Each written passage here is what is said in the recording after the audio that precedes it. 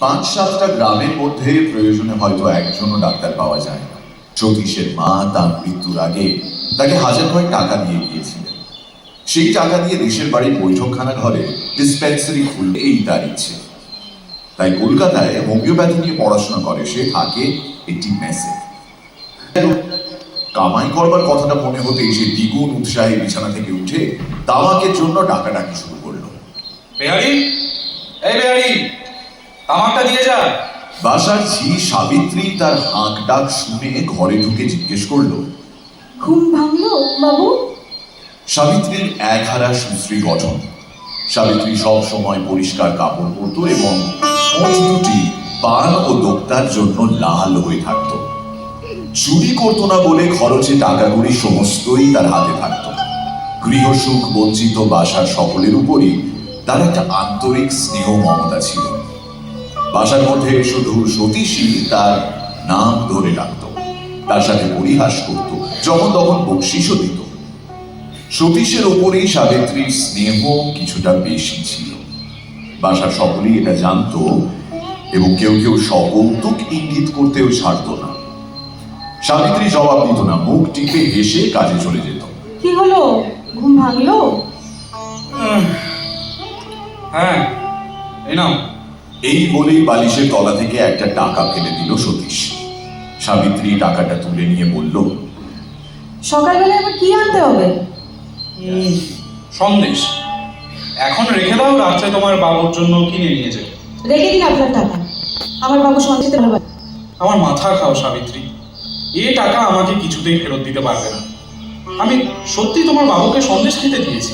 যখন তখন আপনি মেয়ে মানুষের মতো মাথা দিব্যি দেন, এ ভারী অন্যায়। বাবুটাকে আমার নেই, বাবু আমার আপনারা। চাকর দাসীর সঙ্গে এরকম করে কথা কইলে ছোট লোক প্রশ্রয় পেয়ে যায়। একটু বুঝে সমঝে কথা কইতে হয় বাবু, নইলে লোকেও নিন্দে করে। আচ্ছা, আজ এবেলা কি রান্না হবে? রন্ধনশালা সম্পর্কীয় যাবতীয় ব্যাপারে সতীশ যে একজন গুণী লোক সে পরিচয় সাবিত্রী আগেই পেয়েছিল। সেই জন্য রোজ সকালবেলা একবার করে এসে সতীশের হুকুম নিয়ে যেত এবং নিজে দাঁড়িয়ে থেকে বামুন ঠাকুরকে দিয়ে সমস্তটুকু নিখুঁত করে করিয়ে দিত। ইতিমধ্যে চাকর তামাক দিয়ে গিয়েছিল। সতীশ আরেকবার কাত হয়ে শুয়ে পড়ে বলল,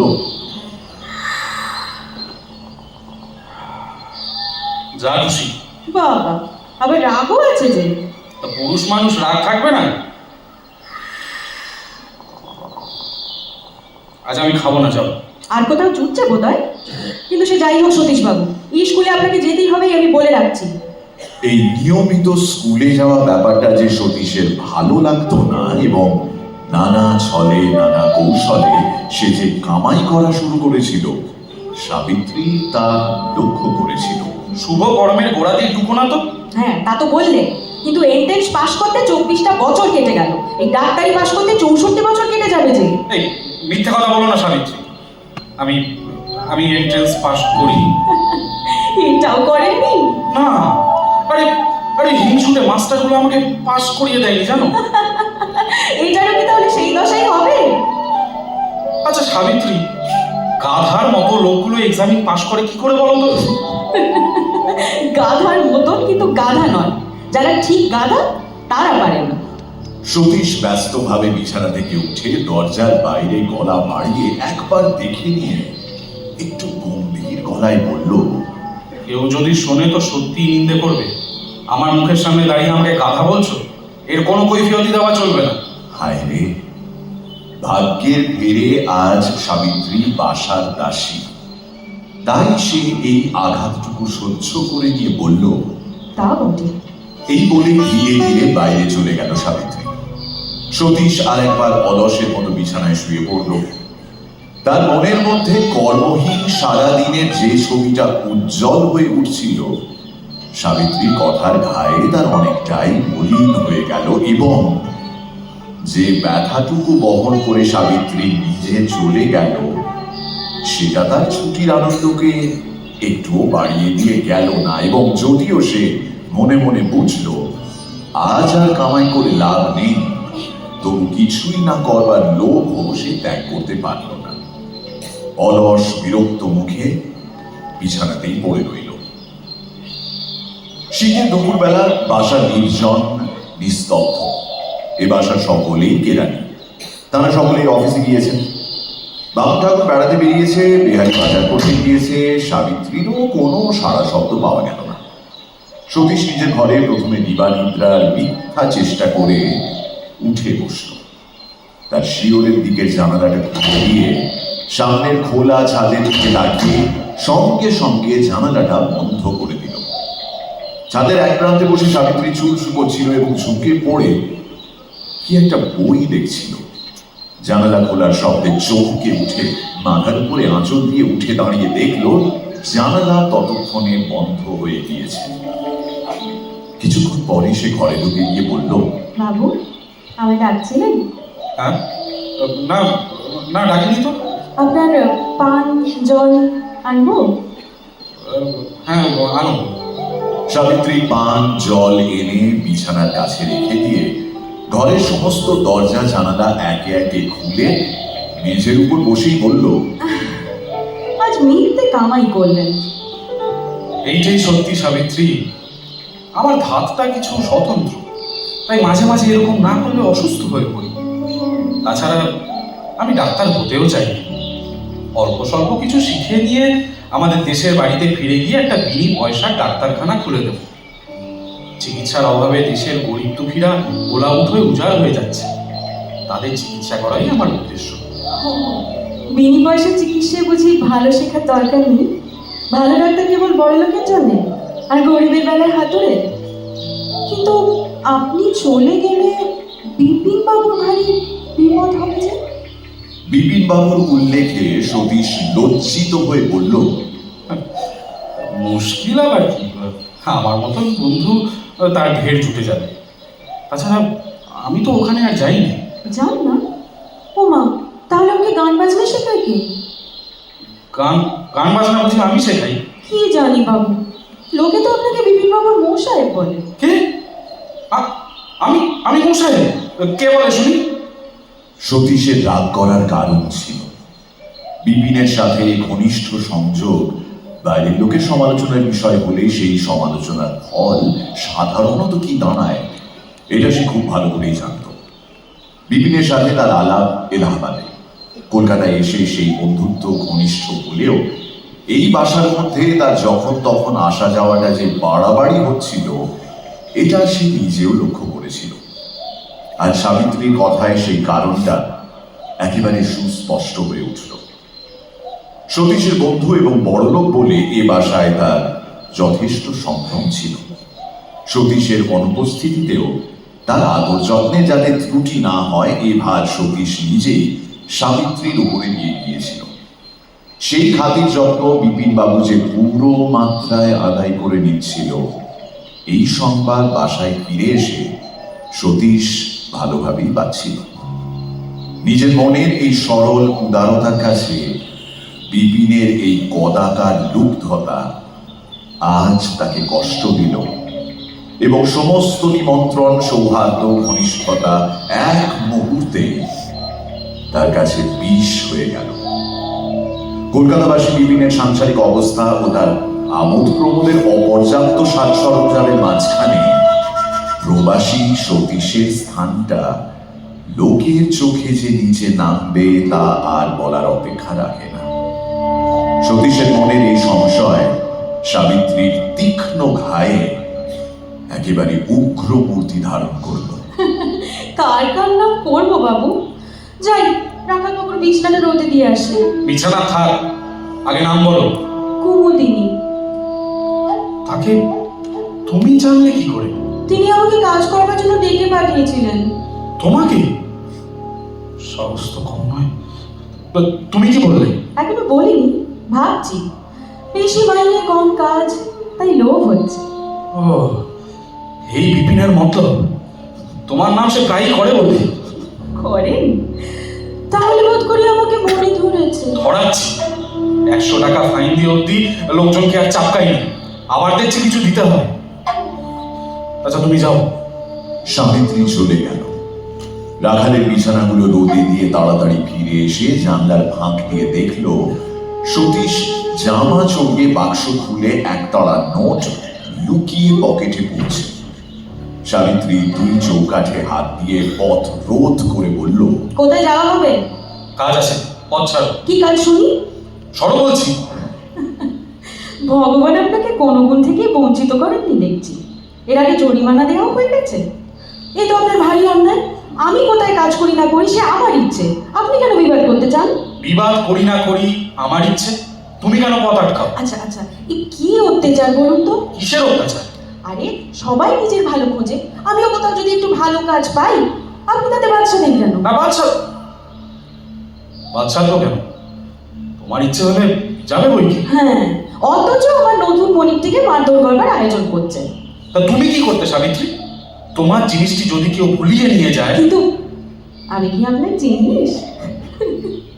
তো না, তা নয়, কিন্তু আচ্ছা আচ্ছা, কিন্তু দেওয়ার কাজ নেই, আমি যাব না। সতীশের বিরানটা মাটিতে লুটোচ্ছিল। সাবিত্রী তুলে নিয়ে পকেট থেকে নোটগুলি বের করে ফেলল। বাক্সে চাবি লাগানোই ছিল। নোটগুলি ভেতরে রেখে বন্ধ করে চাবি নিজের রিঙে পড়াতে পড়াতে বলল, এই আমার কাছে রইল, টাকা দরকার হলে চেয়ে নেবে। যদি চুরি করো? আমি চুরি করলে আপনার গায়ে লাগবে না। সতীশ সাবিত্রীর মুখের দিকে কিছুক্ষণ স্থির দৃষ্টিতে তাকিয়ে রইল। সেই ক্ষণিকের দৃষ্টিতে সে কি দেখতে পেল সেই জানে। চমকে বলে উঠল, সাবিত্রী, তোমাদের বাড়ি কোন দেশে? বাংলাদেশে। তার বেশি আর বলবে না? উহুম। আচ্ছা, বাড়ি কোথায় না বলো, কি জাত বলো? তাই বা জানি কি হবে, আমার হাতে তো আর ভাত খাবেন না। সম্ভব নয়, কিন্তু জোর করে একেবারে নাও বলতে পারিনি। নাও বলতে পারিনি কেন বলুন তো? কেন জানি না সাবিত্রী, কিন্তু তুমি রেঁধে দিলে খাবো না বলা আমার পক্ষে শক্ত। সত্য? আচ্ছা, সে একদিন দেখা যাবে। ইচ্ছা, রান্না নম্বর 5 বালিশটা রোদে দিতে ভুলে গেছি। এই বলেই তাড়াতাড়ি ঘরের বাইরে বেরিয়ে এলো সাবিত্রী। একটু শুনে যাও সাবিত্রী। বলেই হঠাৎ সতীশ তার আঁচলের এক প্রান্ত ধরে ফেলল। ছি, আসছি। বলে এক টান মেরে নিজেকে মুক্ত করে দ্রুত পায়ে চলে গেল সাবিত্রী। হঠাৎ কি যেন একটা কাণ্ড ঘটে গেল। কুৎসিত লজ্জার ধিক্কারে সতীশের সমস্ত শরীর গুটিয়ে গেল। তার মনে হলো এই জন্মে সে আর সাবিত্রীকে মুখ দেখাতে পারবে না, এবং পাছে কোনো প্রয়োজনে সে আবার এসে পড়ে এই আশঙ্কায় তক্ষুনি একটা কিছু গায়ে চাপিয়ে বেরিয়ে গেল। একেবারে খাবার খেয়ে বাড়িতে যান বাবু, নইলে ফিরে আসতে দেরি হলে সমস্তটা নষ্ট হয়ে যাবে যে। সতীশ কিছু যেন শুনতেই পেল না, এইভাবে ঊর্ধ্বশ্বাসে বেরিয়ে গেল।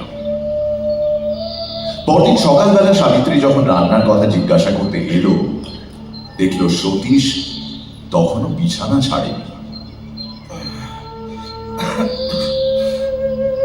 কিছু মনে করো না সাবিত্রী। কি মনে করবো না? সতীশ ঘাড় হেঁট করে চুপ করে রইল। বেশ, সে যাক, আমার সময় নেই। কি রান্না হবে বলুন? আমি আমি জানি না, তোমার যা ইচ্ছে। আচ্ছা। এই বলে সাবিত্রী চলে গেল। ঘন্টা 2 পরে ফিরে এসে বলল, কি কাণ্ড বলুন তো, আজও বাধবী কম নগচ্ছামি নাকি? 9টা বেজে গেছে যে। বাজু কি? আমার আমার আর ভালো লাগছে না। বলি কি ভালো লাগছে না? পড়তে যাওয়া? সতীশ নিজেও মনে মনে বিরক্ত হয়ে উঠছিল। তার মুখের দিকে তাকিয়ে সাবিত্রী সেটা বুঝল এবং কিছুক্ষণ চুপ করে থেকে বলল, লেখাপড়া ভালো লাগছে না? এখন মেয়ে মানুষের আঁচল ধরে টানাটানি করাটাই বেশি ভালো লাগছে বুঝি? আপনি স্কুলে যান, অনর্থক বাসায় বসে থেকে উপদ্রব করবেন না। তার তিরস্কারের মধ্যে আন্তরিক স্নেহ ছাড়া আর কিছুই ছিল না, কিন্তু কথার ভঙ্গিটা সতীশের সর্বাঙ্গে যেন বিছুটি মাখিয়ে দিল। যা মুখে আসে তাই বলো দেখছি। প্রশ্রয় পেলে শুধু কুকুরই মাথায় ওঠে না, মানুষকেও মনে করে দিতে হয়। হয় বই কি সতীশবাবু, নাহলে আপনাকেই বা কেন মনে করিয়ে দিতে হবে যেটা ভদ্রলোকের বাসা, বৃন্দাবন নয়? দ্রুত পায়ে বেরিয়ে গেল সাবিত্রী। দুঃসহ বিস্ময়ে সতীশ স্তম্ভিত হয়ে গেল। সাবিত্রী যে তাকে এমন করে কথা বলতে পারে এই কথা সে স্বপ্নেও ভাবেনি। অনেকক্ষণ একভাবে বসে থেকে হঠাৎ উঠে কোনো মতে স্নানাহার সেরে বেরিয়ে পড়ল। সেদিন সমস্ত দিন ধরে ভাবনা চিন্তা করার পরেও সতীশ নিজের অভাবনীয় অদ্ভুত ব্যবহারের কোনো তাৎপর্য খুঁজে পেল না। তার মনের মধ্যে একটা কথাই বারবার আনাগোনা করতে লাগলো, কেন যে সে আঁচল ধরেছিল, কি কথা তার বলবার ছিল, এবং সাবিত্রী অমন করে পালিয়ে না গেলে সে কি বলতো, কি করত, এর কোনো কিছুরই স্পষ্ট জবাব তার কাছে ছিল না। সারাদিন সে নিজেকে ক্ষতবিক্ষত করে রাত 12টার সময় বাসায় ফিরে দেখল সাবিত্রী তার খাবার ঢাকা দিয়ে বিহারীকে দেখাশোনা করতে বলে নিজের বাড়ি ফিরে গেছে। ঝগড়া করে সাবিত্রীরও মন ভালো ছিল না। সতীশ তাকে কটূক্তি করলেও ঘুরিয়ে কথা বলা যে তার উচিত হয়নি, এই অনুতাপ তাকে সমস্ত দুপুরবেলা কষ্ট দিয়েছিল।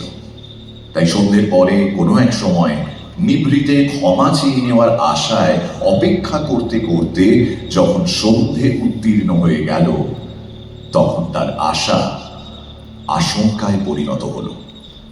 সে জানত এই কলকাতায় বিপিন ছাড়া সতীশের যাবার জায়গা নেই। সারা রাত সে জেগেই কাটালো। সমস্ত শরীর কি এক অদ্ভুত অস্বস্তিতে সকালটার জন্য ছটফট করতে লাগলো। ভোর থাকতে উঠে পড়ে চোখে মুখে জল দিয়ে বাসায় পৌঁছে বিহারীর কাছ থেকে খবর নিয়ে জানলো সতীশবাবু অনেক রাতে বাসায় ফিরেছেন এবং কোথা থেকে যেন খাওয়া দাওয়া করেই এসেছেন। তার দুশ্চিন্তাগ্রস্ত মন নির্ভয় হওয়া মাত্রই আবার ঈর্ষায় জ্বলে উঠল। পরদিন ঘুম ভেঙেই সামনে সাবিত্রীকে দেখতে পেল। তার দিকে একবার তাকিয়ে সতীশ মাথা হিট করল। কি রান্না হবে জানতে এলো? রোজ যা হয় তাই হোক। আচ্ছা, তা লেখাপড়া কি বাবুর খাওয়া দাওয়ার মতো আর ভালো লাগছে না? আমি খেয়ে এসেছিলাম। সে ভয়ে মিথ্যে বলে ফেলল, কিন্তু কোথায়? এ কথাও সাবিত্রী ঘৃণায় জিজ্ঞাসা করল না। খানিক্ষণ চুপ করে থেকে বলল, আজ 2 দিন ধরে আপনি পালিয়ে বেড়াচ্ছেন, কিসের ভয় শুনি? অসুবিধা হলে আমাকে তো ছাড়িয়ে দিতে পারেন।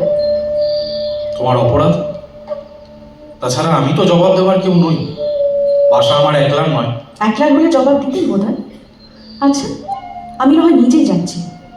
কি হলো, আমি গেলে আপনি খুশি হন? আপনার পায়ে পড়ি সতীশবাবু, হ্যাঁ না একটা জবাব তো দিন। তবু সতীশ চুপ করে রইল। কারণ সাবিত্রী যে এ বাসার কতখানি তা সে জানত, এবং এমন করে সে হঠাৎ চলে গেলে কিছুই চাপা থাকবে না। তখন সমস্ত কথাটা ছড়াতে ছড়াতে কেমন জঘন্য আকার নেবে তাই অনুমান করে সে ভয় পেয়ে গেল। আমাকে আমাকে মাফ করো সাবিত্রী। যে কটা দিন আমি আছি সে কটা দিন অন্তত তুমি কোথাও যেও না। আপনি বা এত আড়ম্বর করে মাপ চেয়ে সাজ করতে চাচ্ছেন কিসের জন্য? হ্যাঁ, আমার মতো নিজ স্ত্রীলোকের আঁচল ধরে এই কি নতুন টেনেছে যে লজ্জায় একেবারে মরে যাচ্ছে? তার চেয়ে বাড়ি চলে যান। কলকাতায় থেকে মিথ্যে নষ্ট হবেন না। লেখাপড়া আপনার কাজ নয়।